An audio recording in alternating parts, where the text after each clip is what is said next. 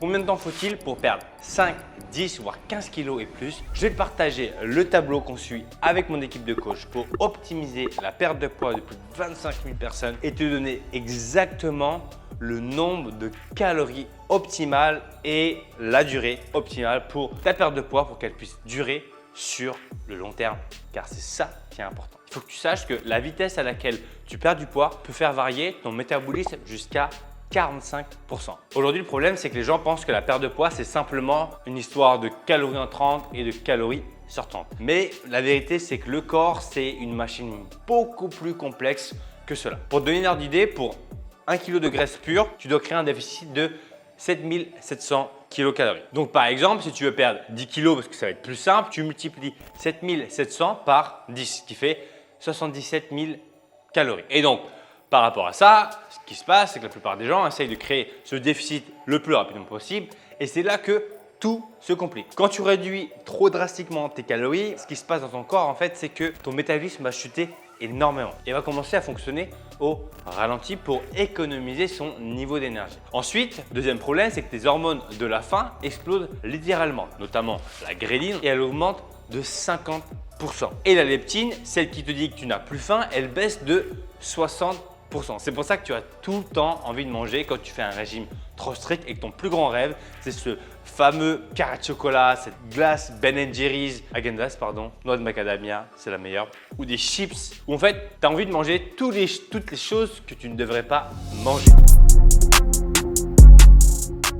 La clé pour mincir, c'est pas tous les thés magiques, les trucs bizarres que tu peux voir sur internet, c'est simplement de faire un déficit calorique. Ensuite, il y a d'autres choses qu'on va voir dans cette vidéo, mais ça, c'est la base. Ça veut dire de manger moins que ce que tu dépenses. Et ça, c'est dans une pyramide que je te mets juste ici, c'est le plus important. On a une méta-analyse qui a analysé 157 études sur la perte de poids et qui a mesuré que 85% des personnes reprennent plus de poids qu'elles n'en ont perdu. 72% abandonnent le régime dans les 6 premières semaines. Et le plus fou, c'est que la vitesse moyenne de reprise de poids est 3 fois plus rapide que la vitesse de perte. C'est-à-dire que si tu as mis 2 mois pour perdre 10 kg avec un régime restrictif, tu les reprendras en même pas 3 semaines.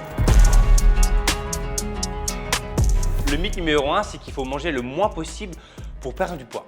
Et ça, c'est complètement faux. Il y a une étude de l'université de Cambridge qui a prouvé qu'un déficit trop important ralentit ton métabolisme de 40%. Et ça, je le vois encore énormément de personnes qui simplement pour mincir ne mangent plus. Ensuite, le mythe numéro 2, c'est de ne pas être abonné à la chaîne. C'est totalement gratuit pour soutenir cette chaîne. Pense à t'abonner sur le petit bouton qui est juste ici, ça m'aide énormément. Mythe numéro 2, c'est que le sport fait maigrir.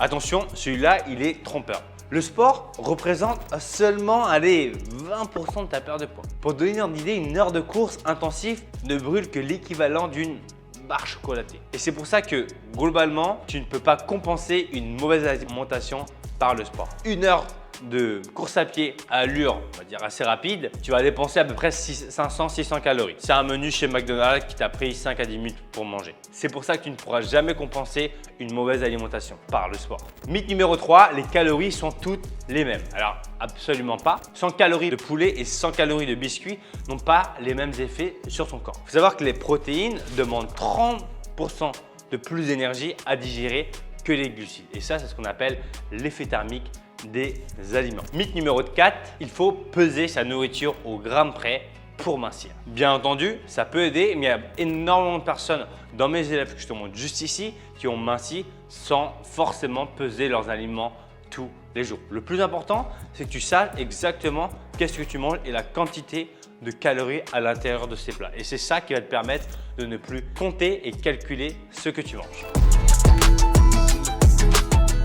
Le premier, le métabolisme de base. C'est comme le moteur de ta voiture. Certaines personnes ont une Ferrari qui brûle beaucoup d'essence et d'autres ont une petite citadine, une petite 206 bleu ciel, c'était ma voiture auparavant. Et donc c'est pas de la chance ou de la malchance, c'est de la pure biologie. Maintenant, ce qui peut influencer ton métabolisme, tu vas voir notamment ton âge. Après 30 ans, ton métabolisme ralentit naturellement de 2% tous les 10 ans. Numéro 2, tu as aussi ton sexe. Les hommes brûlent naturellement 200 à 300 calories de plus que les femmes du même poids.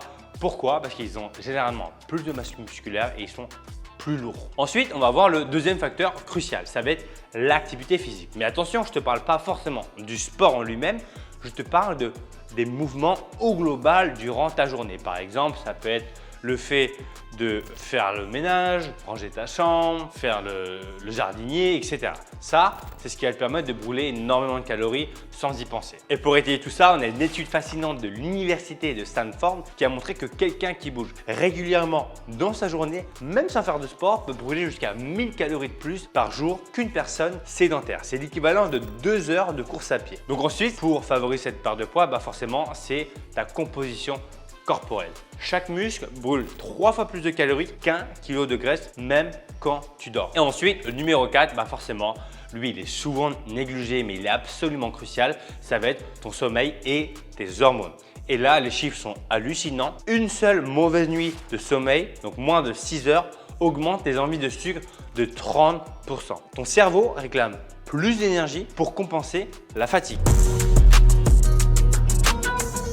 Et maintenant, je vais te donner ce fameux tableau pour perdre 5 kilos. À ton avis, donc là, j'ai mis plusieurs déficits en termes de calories par jour. À ton avis, quelle est la vitesse optimale? Comme tu peux le voir, pour un déficit de 500 kcal par exemple, pour perdre 5 kg, on serait vers 2,6 mois. Pour perdre 10 kg, on serait vers 5,1 et pour perdre 15 kg, on serait vers 7,7. Ce sont les vitesses de perte de poids optimales pour avoir des résultats dans le temps. Et c'est d'ailleurs pour ça que dans tous les accompagnements qu'on fait, nos programmes durent 6 mois, voire plus, parce que c'est la durée minimum pour les personnes qui veulent perdre 10 kg et plus et rester sain sur le long terme. La vitesse optimale se situe entre 400 et 500 calories de déficit par jour. Tu as toutes les bases, la durée sur laquelle tu peux te projeter. Donc vise une perte de poids plutôt constante et qui va durer dans le temps. Et si jamais tu veux que je t'aide là-dessus, tu veux qu'on te coach, qu'on t'accompagne de A à Z avec un vrai suivi, mincir-sans-cardio.com et je te dis à la semaine prochaine.